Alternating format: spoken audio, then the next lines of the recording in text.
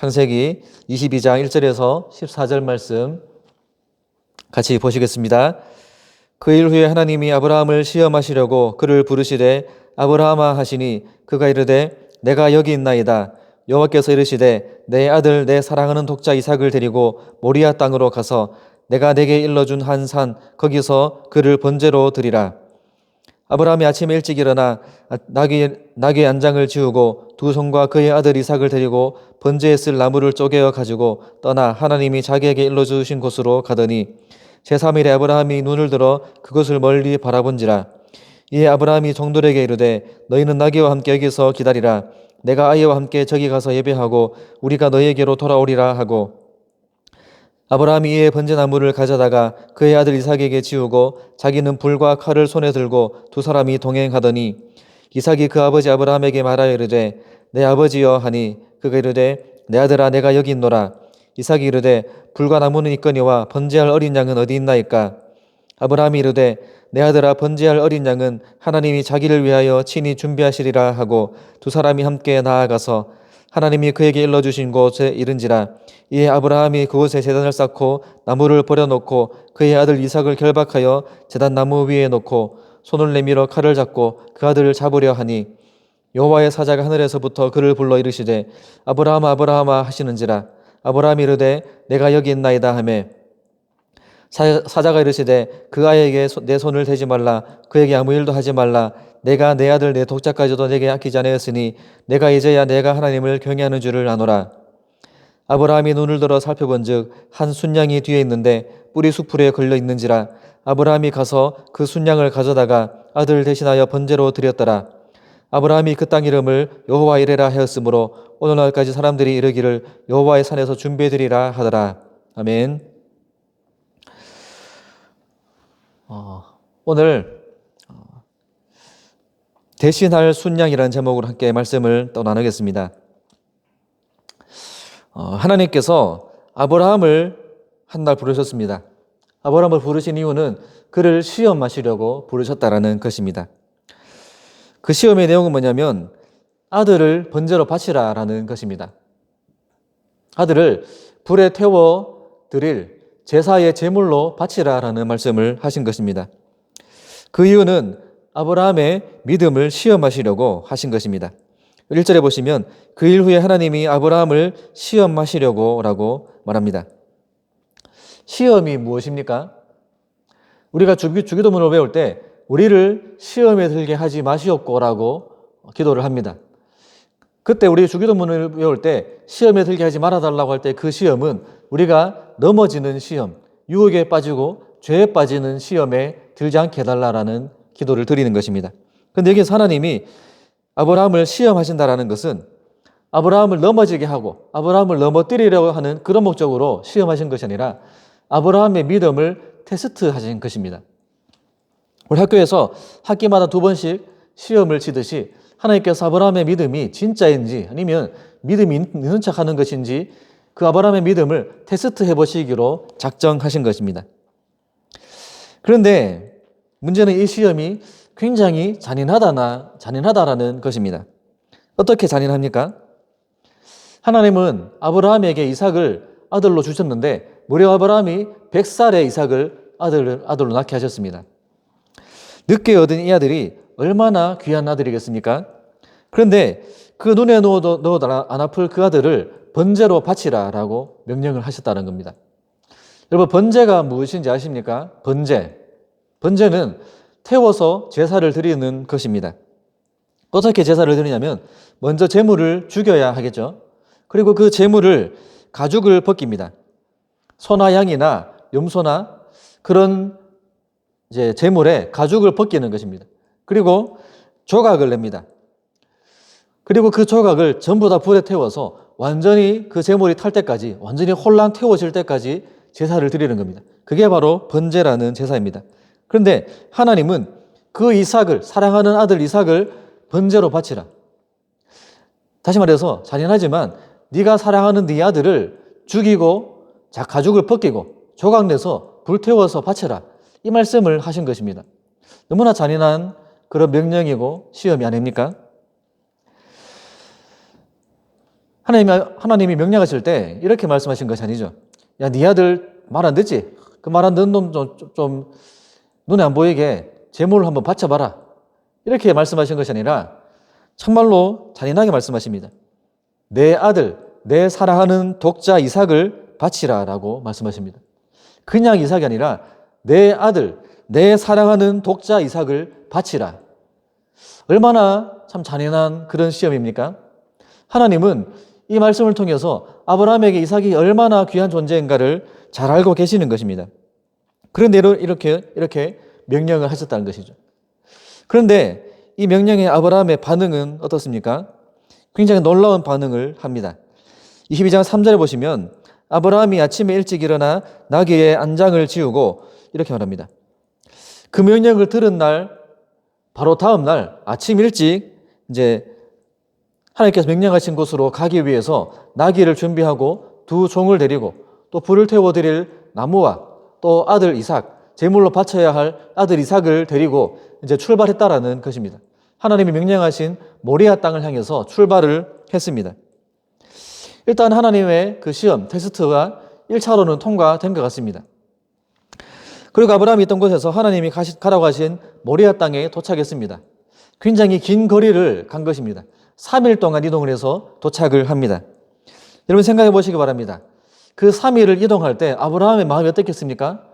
옆에 이삭을 데리고 가는데 이제 곧 있으면 이삭을 죽여서 하나님께 제물로 바쳐야 한다.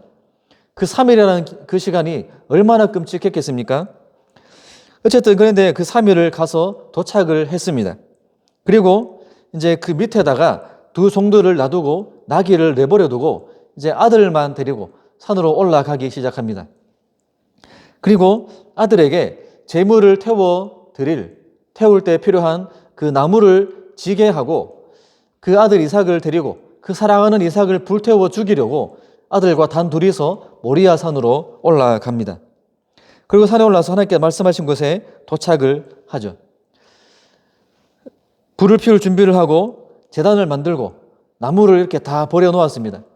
그리고 이삭을 묶어 놓고 칼을 들고 이제 이삭을 죽이려고 하고 있는 것이죠. 이제 곧 있으면 이삭은 죽어서 번제로 드려져야 됩니다. 완전히 불에 태워져서 하나님께 제물로 드려져야 하는 그런 긴박한 상황에 있는 것입니다. 아브라함은 칼을 들고 있고 이삭은 결박당한 채 누워있는 그런 상황 가운데 있는 것이죠. 그런데 그때 사자가 하늘에서 아브라함을 부릅니다. 22장 12절에서 이렇게 말하죠. 사자가 이르시되 그 아이에게 손을 대지 말라. 그에게 아무 일도 하지 말라. 그럼 여기서 사자라는 것은 여러분 아시겠지만 동물 사자, 라이언을 말하는 것이 아니라 천사를 말하는 것입니다. 그 천사가 아브라함아 아브라함아라고 부르셨습니다. 두 번 부르는 것은 굉장히 급박한 그런 상황이었던 것 같습니다. 그래서 천사가 하늘에서부터 아브라함을 막았습니다. 그리고 이렇게 말합니다. 내가 내 아들 독자까지도 내게 아끼지 아니했으니 내가 이제야 내가 하나님을 경외하는 줄을 아노라. 이제 네 믿음이 진짜라는 것을 이제 확인을 했다라는 것입니다. 그리고 이제 눈을 들어서 아브라함이 보니까 한 순양이 수풀에 이제 뿔이 걸려가지고 움직이지 못하고 있는 그런 것을 보게 된 것이죠. 그래서 그 순양을 즉시 가져와서 잡아서 이삭을 대신해서 번제로 드렸습니다. 이삭의 생명은 조금도 지장이 없었죠. 털끝도 상하지 않았습니다. 왜냐하면 하나님은 처음부터 이삭을 죽이게 할 생각이 눈꼽만큼도 없으셨기 때문입니다. 여러분 부모가 자녀에게 너 말 안 들으면 밥 안 준다 이렇게 말하죠. 그런데 정말로 밥을 안 줍니까? 결국에는 밥을 주게 되어 있습니다. 너 자꾸 말씀 또 펴면은 다음에 맞을 줄 알아. 다음에 쫓겨날 줄 알아. 이렇게 말하고 맞을 때가 되면은 다음에 또 그러면은 또 안 봐준다. 다음에 또 그러면 진짜 쫓아버린다. 이렇게 계속해서 똑같은 약속을 반복을 하죠. 왜냐하면 진짜로 부모가 자녀를 굶겨 죽일 생각이 없고 때려 죽일 생각이 없고 내쫓을 생각이 없기 때문입니다. 하나님은 이삭을 진짜로 죽이도록 내버려 둘 생각이 전혀 없었습니다. 그렇다면 무엇입니까? 아까 말씀드린 것처럼 아브라함의 중심을 시험하신 것입니다. 아브라함은 믿음의 조상으로 부르심을 받았습니다. 아브라함이라는 이러면서 아브라함이라는 이름으로 하나님께서 바꿔주시고 그를 믿음의 조상으로 삼아주셨습니다. 그런데 그 아브라함의 삶을 이렇게 보면은 믿음의 조상답지 않은 여러 가지 실망하는 모습들을 보이게 됩니다. 믿음이 있는 것 같은데 없는 것처럼 보이고, 순종하는 것 같은데 순종하지 않는 것처럼 보이고, 자꾸 이렇게 거짓말하고 이런 모습을 보이는 것이죠. 그래서 하나님은 이 시험, 이 테스트를 통해서 확인하고 싶으신 것입니다. 하나님께서 독자 이삭을 바치라고 하셨는데 아브라함이 진짜로 그 사랑하는 독자 이삭을 바칠 수 있는가? 그 중심으로 하나님을 정말로 경외하고 사랑하는가? 그것을 테스트하고 싶으셨던 것입니다. 그래서 아브라함은 그 2차 테스트까지 완전히 통과를 하게 되었습니다. 여러분, 우리가 이것을 통해서 배우게 되는 것은 무엇입니까? 우리가 하나님을 사랑한다라고 말합니다. 우리가 하나님을 사랑한다. 그것은 무엇입니까? 그것은 하나님만을 사랑한다는 겁니다. 다른 것을 사랑하고 이것도 사랑하고 저것도 사랑하고 내가 세상도 사랑하고 하나님도 사랑한다. 이것이 아니라 오직 하나님만을 사랑하는 것입니다. 그리고 하나님을 가장 사랑하는 것이 하나님을 사랑하는 것입니다. 여러분들은 어떤 순간이 찾아와도 하나님을 가장 사랑할 수 있습니까? 우리 믿음이 시험당하는 순간에 찾아올지라도 여러분들은 정말로 믿음으로 하나님을 고백하고 하나님을 가장 사랑할 수 있습니까? 여러분들의 장래가 걸려있고 여러분들 지금 눈앞에 있는 시험의 결과가 달려있고 내가 지금 어떤 불이익을 겪을 수도 있는 그런 정말 말도 안 되는 상황에 처해 있을 그때도 하나님을 사랑하고 하나님을 예배하는 그것을 선택할 수가 있겠습니까? 우리는 이 말씀을 통해서 아브라함의 믿음을 먼저 보게 됩니다. 여러분, 이처럼 아브라함이 큰 테스트를 통과했습니다. 정말 어렵고 정말로 그 험난한 시험을 통과했는데 아브라함에게 있었던 그 믿음이라는 것은 어떠한 믿음이었겠습니까? 어디에 근거를 두고 있는 믿음이었겠습니까? 우리가 말씀을 통해서 그것을 확인해 보겠습니다. 오늘 본문에 보시면 의아한 구절이 있는데 약간 이상한 구절이 있습니다. 뭐냐면 아브라함이 이제 이삭과 종들을 데리고 또 나귀를 이제 끌고 모리아 산 밑으로 갔습니다. 그리고 산 밑에다가 다 이제 놔두고 이삭만 데리고 산으로 올라가겠다라고 말을 합니다. 그런데 이렇게 말하죠. 22장 5절 중간쯤부터 보시면 내가 아이와 함께 저기 가서 예배하고 우리가 너에게로 돌아오리라 이렇게 말한다는 겁니다. 산에 올라갈 때는 우리가 올라가죠. 그런데 내려올 때는 어떻게 됩니까? 내가 내려와야 되는 겁니다.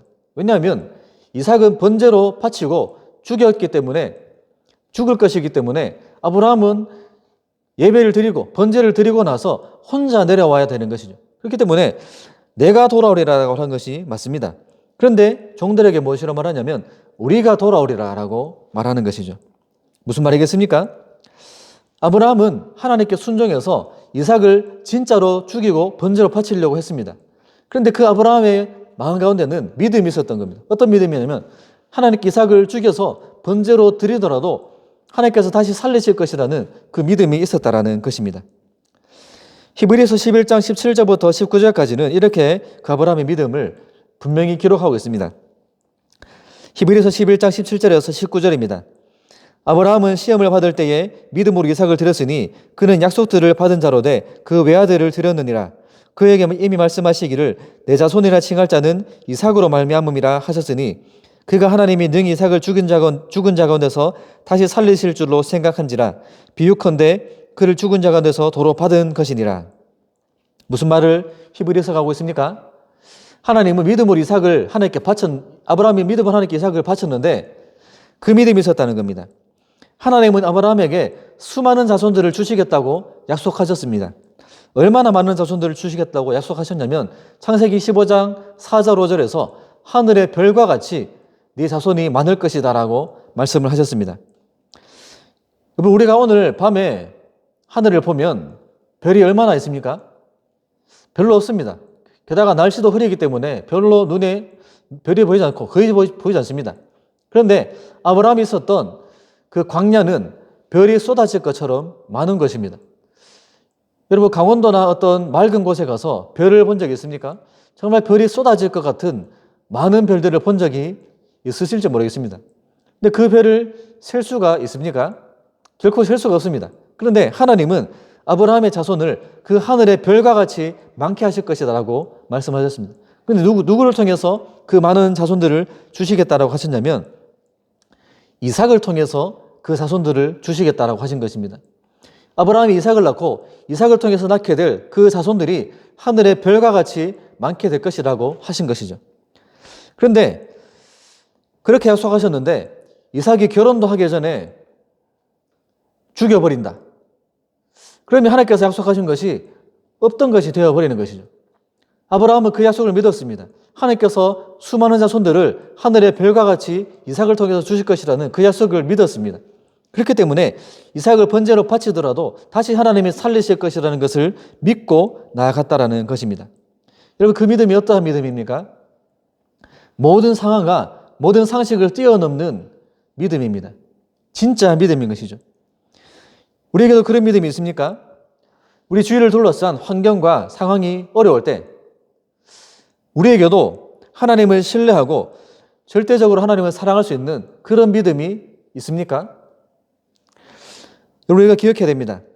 우리가 가지고 있는 믿음은 결코 상식적인 것이 아닙니다. 우리의 믿음은 결코 상식적인 것, 세상에서 보는 그런 기준으로 우리의 믿음이 그쳐서는 안 된다는 겁니다. 우리의 믿음은 그 이상이어야 되고 절대적이어야 합니다. 하나님께서 불가능한 것이 없으시다는 것을 믿는 그 믿음, 상식을 뛰어넘는 그 믿음이 우리 가운데 있어야 하는 것입니다. 그런데 여러분, 말은 쉽죠? 근데 막상 그런 순간에 닥치면 쉽지가 않습니다. 왜 그렇습니까? 눈에 보이지 않기 때문이죠. 하나님은 눈에 보이지 않지만 우리 눈에 환경은 보이고 상황은 보이고 사람은 보입니다. 그렇기 때문에 우리가 정말 어려운 순간에도 하나님을 절대적으로 신뢰하는 믿음을 갖는다라는 것은 굉장히 어려운 것 같습니다. 예를 들어서 이제 주일이 지나서 내일 당장 시험을 쳐야 됩니다. 중요한 시험을 앞두고 있는데 고민이 되죠. 내가 오늘 예배를 드릴 것인가? 예배를 하루 쉴 것인가? 여러분, 믿음은 무엇입니까? 그때도 예배를 드리는 것이 믿음이죠. 그럴 때 우리의 중심이 어디에 있는지가 드러나게 된다는 겁니다. 그때 어떤 믿음이 필요한 것입니까? 내가 오늘 예배를 드려서 공부할 시간을 조금 줄인다고 할지라도 하나님은 시험 성적을 더 좋게 주실 것이다. 이 믿음이 필요한 것이 아니라 어떤 믿음이 필요하냐면 내가 오늘 예배를 드리기 위해서 시험 공부를 좀 적게 할지라도 나는 예배를 드리겠다라는 믿음이 있어야 한다는 겁니다. 내가 공부를 좀 덜해서 시험 성적을 더 좋게 받지 못할지라도 그래도 나는 하나님을 예배하는 것이 우선순위다라고 생각하는 그 믿음이 있어야 하는 것입니다. 내가 하나님을 사랑하는 것 때문에 내가 중요하게 생각하는 그것을 조금 손해볼지라도 하나님을 선택할 수 있는 것, 하나님의 길을 갈 수 있는 그것이 믿음이라는 것입니다. 그럼에도 불구하고 하나님은 내 삶을 가장 귀한 길로, 가장 온전한 길로 인도하신다는 그 믿음이 우리 가운데 있기를 소망합니다. 그리고 이어서 이삭의 순종을 우리가 보게 됩니다. 여러분, 이삭이 어린 나이가 이때 아닙니다. 이미 이삭은 10대의 청소년이 되었습니다. 그리고 이삭은 오늘 말씀에 어떻게 기록하고 있냐면 굉장히 신체가 건강하고 건장한 체격을 가진 사람으로 묘사가 됩니다. 왜냐하면 22장 6절에 보시면 아브라함이 번제로 태워드릴 나무를 어떻게 산으로 옮기려고 하냐면 이삭에게 나무를 지어서 산으로 올라가게 합니다. 산을 그냥 올라가는 것도 힘든데 나무를 짊어지고 간다. 그 나무가 작은 양이 결코 아닙니다. 사람을 불러 태워서 완전히 재가 되게 만들 정도의 나무라면 어마어마한 양이 필요한 것입니다. 그 엄청난 양의 나무를 짊어지고 올라가는 것은 아무리 이제 산을 좋아하는 김창하 지사님이나 또 이제 박선자 권사님이 아니죠. 어쨌든 우리 지사님 있으시죠. 그런데 그렇게 산을 좋아하시는 분들도 그 많은 양의 나무를 지고 올라가는 것은 쉽지 않습니다. 박정순 지사님이시죠. 그런데 이삭은 모리아 산을 올라가는데 그 엄청난 양의 나무를 짊어지고 올라갔다는 겁니다. 결코 쉽지가 않은 것이죠. 그만큼 이삭은 건장한 체격을 가진 청소년이 되었다는 겁니다. 심지어 그 전에 3일 동안이나 모리아 산을 향해서 이동을 해왔습니다. 아마도 걸어서 이동을 했을 겁니다. 왜냐하면 나귀는 한 마리 단수로 표현되어 있기 때문에 나귀에게 그 나무를 다 지우고 사람은 걸어갔을 것이라고 생각이 됩니다. 3일을 걸어가서 나무를 짊어지고 산을 올라간다. 보통 체격이 아닐 겁니다. 산을 올라가다가 아무리 생각해도 낌새가 이상한 겁니다. 그래서 묻죠. 번제를 드리려고 하는데 제물로 바칠 양이 없는 겁니다. 그래서 아브라함에게 묻습니다. 아버지, 불과 나무는 있는데 번제로 드릴 어린 양은 어디 있습니까? 이렇게 묻는 거죠. 이때 아브라함의 가슴이 철렁했을 겁니다. 눈앞이 아마도 깜깜했을 겁니다. 정말로 가슴이 찢어졌겠죠. 어떻게 대답해야 됩니까? 번제할 어린 양이 어디 있습니까? 그게 니다. 이렇게 대답할 수 없는 거 아닙니까? 아브라함이 이렇게 대답합니다. 22장 8절에 아브라함이 이르되 내 아들아 번제할 어린 양은 하나님이 자기를 위하여 친히 준비하시리라 하고 이렇게 말합니다. 번제할 어린 양은 하나님께서 준비하실 것이다 라고 말하고 올라갑니다. 아마도 이삭은 이 산을 올라가면서 어렴풋이 눈치를 채고 있었는지도 모르겠습니다. 내가 그거구나. 내가 번제로 드려질 제물이구나. 어렴풋이 생각하고 있었을지도 모릅니다. 왜냐하면 뒤에 나오는 모습들을 보면 짐작이 가는 것이죠. 아브라함이 나무를 버려서 제단을 만들고 불을 태울 준비를 다 합니다. 이제 제물을 잡을 순서가 됐는데 아무리 봐도 어린 양이 없는 거예요. 하나님께서 준비하셨다라고 하지만 어린 양이 없는 겁니다. 근데 난데없이 자기를 붙잡아요. 아버지가 이삭을 붙잡는 겁니다. 그리고 손과 발을 묶어서 완전히 몸을 움직이지 못하게 만들어 놓고 번제할 이제 그 제물을 잡을 그 단에다가 이삭을 눕혀 놓는 겁니다. 그리고 이제 칼을 들어서 이제 이삭을 죽이려고 하는 그런 황당하고 어이없는 순간에 이삭은 닥친 것입니다. 여러분, 그런데 이삭이 여기서 반항했다라는 말이 성경에 없습니다. 아무리 아버지라고 할지라도 자기 목에 칼을 대고 죽이려고 하는데 눈 감고 가만히 있는 아버지, 제가 가만히 있겠습니다. 얼마든지 하나님 아버지께 원하시는 대로 저를 만들어 하십시오. 이렇게 할 수 있는 아들이 없습니다. 그런데 이삭은 가만히 있었다는 것이죠. 10대의 청소년이, 건강한 청소년이 무려 100살이나 더 많은 노인을 상대하지 못하겠습니까? 힘으로 제압하지 못하겠습니까? 그런데 이삭은 이상하게도 아버지의 손에 이끌려서 가만히 순종하고 있습니다. 이제 곧 있으면 칼이 목에 들어와야 되는 그런 순간에 있는데도 반항하지 않고 있는 그런 이삭의 순종의 모습을 우리가 보게 되는 것입니다. 이것은 어떤 모습입니까? 바로 이 모습은 예수 그리스도의 모습인 것입니다. 이삭은 이 순종의 모습을 통해서 예수님의 모습을, 그 그림자를 어렴풋이 우리 가운데 보여줍니다. 제가 이제 어렸을 때 다녔던 교회에, 모교회에 한 교회 누나가 이제 카자흐스탄이라는 곳에 단기 선교를 갔다 온 적이 있습니다. 한 일주일 정도 단기 선교를 이제 갔다 왔는데 거기서 굉장히 인상적인 모습을 봤다는 거예요. 어떤 모습이냐면 거기에서 이제 양치는 사람이 양을 잡는 것을 봤다는 겁니다. 양을 이제 칼을 가지고 양의 목을 찔러서 죽이는 모습을 본 거죠. 그래서 칼을 대서 목에 구멍을 내고 그 구멍을 통해서 피를 다 쏟아지게 해서 양이 죽게 만드는 겁니다. 그런데 놀랍게도 그 양이 주인이 칼을 대는 순간에도 한 번도 반항하지 않고 또 피가 다 빠져서 죽어가는 그 순간까지도 전혀 반항하지 않고 순순히 그 죽음을 받아들이는 모습을 봤다라는 겁니다. 왜냐하면 양은 주인에게 그렇게 순종하는 동물이기 때문입니다. 이사야 53장 7절은 이렇게 말합니다. 그가 곤욕을 당하여 괴로울 때에도 그의 입을 열지 아니하였으며 마치 도수장으로 끌려가는 어린 양과 털 깎는 자 앞에서 잠잠한 양같이 그의 입을 열지 아니하였도다. 예수님은 하나님 아버지께 순종하셨습니다. 죄가 없으신 분이 죄인들을 위해서 곤욕을 당하시고 고난을 당하셨습니다. 죄인들을 대신해서 모든 괴로움을 당하셨습니다. 침뱉음을 당하시고 수치를 당하셨습니다. 완전히 벌거벗겨져서 십자가에 달리시고 돌아가셨습니다. 그렇게 비참하고 수치스러운 죽음을 당하시는데 예수님은 아버지께 한 번도 원망하지 않고 자신의 뜻을 드러내지 않습니다. 오직 하나님의 뜻이 드러나기만을 기도를 드렸습니다. 그리고 어떻게 보면 세상적인 눈으로 보면 정말 비참하게, 정말 아무것도 아닌 것 같은 모습으로, 죄인과 같은 모습으로 죄인들을 대신해서 죽게 되셨습니다. 그 모습이 바로 아버지께 순종하시는 예수님의 모습인 것입니다. 아브라함에게 순종하는 이삭의 모습은 그렇게 하나님께 순종하는 예수님의 모습을 닮아 있는 것입니다. 또한 예수님의 모습을 어디서 확인할 수가 있냐면 이삭을 대신해서 죽게 되는 한 순양의 모습을 통해서 예수님을 다시 한번 보게 됩니다. 그 예수님의 그림자를 순양을 통해서 확인하게 되는 것입니다. 순양이 뿔이 이제 수풀에 걸려서 꼼짝을 못하고 있는 상황을 아브라함이 보았습니다.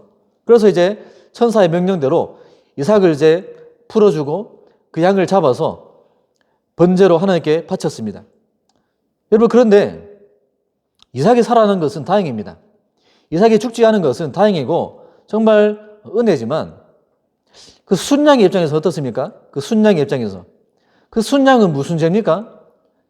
괜히 한번 산책 갔다가 풀 뜯어먹으러 산에 올라갔다가 뿔이 수풀에 걸려가지고 꼼짝도 못하고 있는데 한 사람이 이제 찾아오는 거예요. 이 나를 풀어주려고 하는가 보다 이렇게 안심하고 있는데 난데없이 잡아가지고 죽이는 겁니다. 이 순양 입장에서는 얼마나 억울하고 황당하겠습니까? 영문도 모르고 죄도 없는 그 순양이 죽임당하고 불태워져 버렸습니다. 왜죠? 이삭을 대신하기 위해서입니다. 이삭을 대신해서 순양을 하나님께서 죽이게 하신 것이죠. 이삭을 대신해서 그 순양의 생명을 하나님께 번제로 드리게 하신 것입니다. 죄 없는 순양이 이삭을 대신해서 번제로 바쳐졌습니다. 죽임을 당했습니다. 이것은 무엇을 말하는 것이겠습니까? 답은 너무나 당연하게도 우리를 대신해서 우리 대신 십자가에 올라가신 예수님의 모습을 오늘 본문은 보여주고 있는 것입니다. 죄가 없으신 예수님께서 우리를 대신해서 죽으심으로 우리는 살게 되었습니다. 나는 예수님의 생명을 받아서 살게 된 존재라는 것입니다. 놀랍지 않습니까? 세상을 창조하신 하나님께서 그 하나님의 아들께서 죄가 없으신 분이신데 죄인을 대신해서 생명을 버리신다. 말이 안 되는 거 아닙니까? 그런데 그 말도 안 되는 일이 십자가에서 일어난 것입니다. 마치 죄가 없는 순양이 억울하게도 이삭을 대신해서 죽게 된 것처럼 우리 예수님께서는 죄가 없으신 분이고 죄가 무엇인지도 모르시는 그런 분이시지만 우리를 대신해서 내가 달려야 할 그 십자가에 대신 오르시고 내가 죽어야 할 그 죽음을 대신 당하신 것입니다. 그래서 우리는 살아나게 된 것이죠. 우리가 누리는 생명은 그 생명이라는 것입니다. 하나님께서 자기의 아들을 우리를 대신해서 죽게 하신 그 사랑, 그 생명을 우리가 받았습니다. 생명의 주님께서 생명을 버리시는 그런 말도 안 되는 일어날 수가 없는 일이 일어나면서 생명을 우리에게 주신 것이 바로 십자가의 은혜인 것입니다. 여러분, 그 은혜를 더욱 깊이 깨닫기 원합니다. 그 은혜가 여러분들에게 정말 직접적으로 가슴에 새겨지는 은혜가 될 수 있기를 간절히 소망합니다. 아브라함은 그 땅의 이름을 여호와 이레라고 부릅니다. 그 뜻은 하나님께서 준비하셨다라는 뜻입니다. 하나님은 이삭을 대신해서 죽게 될 순양을 예비해 놓으셨습니다. 하나님은 어떤 분이십니까?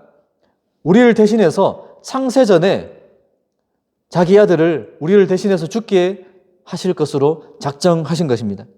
창세전부터 우리를 대신해서 죽게 되실 어린 양 예수 그리스도를 예비하신 것입니다. 우리는 죄를 지었고 영적으로 죽었던 자들입니다. 그렇지만 하나님은 죄로 인해서 죽었던 우리를 죄가 없으신 아들을 통해서 살려주셨습니다. 그것이 복음입니다. 그것이 우리가 누리고 있는 은혜이고 우리가 누리는 생명인 것입니다. 우리는 이해할 수 없는 은혜를 받았습니다. 말도 안 되는 사랑을 받았고 그 결과로 하나님의 자녀가 되었습니다. 우리가 그 은혜를 입은 자라는 것을 안다면, 그 사랑을 우리 가슴에 새긴 자들이라면 우리는 어떻게 살아야 합니까? 내가 가진 모든 것을 다 들여서라도 하나님을 사랑해야 하는 것입니다. 내가 가진 모든 것을 주님을 위해서 드릴 수 있고 포기할 수 있는 그 믿음, 그 하나님을 향한 그 사랑이 우리 가운데 있어야 하는 것입니다. 여러분, 믿음은 결코 지식이 되어서는 안 됩니다. 우리의 믿음은 우리 삶의 변화와 결단을 불러일으키는 실제적인 믿음이 되어야 하는 것이죠. 내 삶의 방향과 가치와 중심이 십자가의 은혜를 경험하고 그 은혜로 말미암아 변화되어 주시기를 간절히 소망합니다. 우리 삶의 방향이 세상을 향해 나아가는 것이 아니라 우리를 부르시고 우리에게 생명을 주신 우리 아버지 되시는 하나님께 향할 수 있기를 간절히 소망합니다. 그 하나님께서 말씀하신 말씀을 따라 순종하고 주님을 더욱더 믿음으로 따라갈 수 있는 믿음의 사람, 순종의 사람으로, 헌신의 사람으로 우리 모두가 살아올 수 있기를 간절히 소망합니다.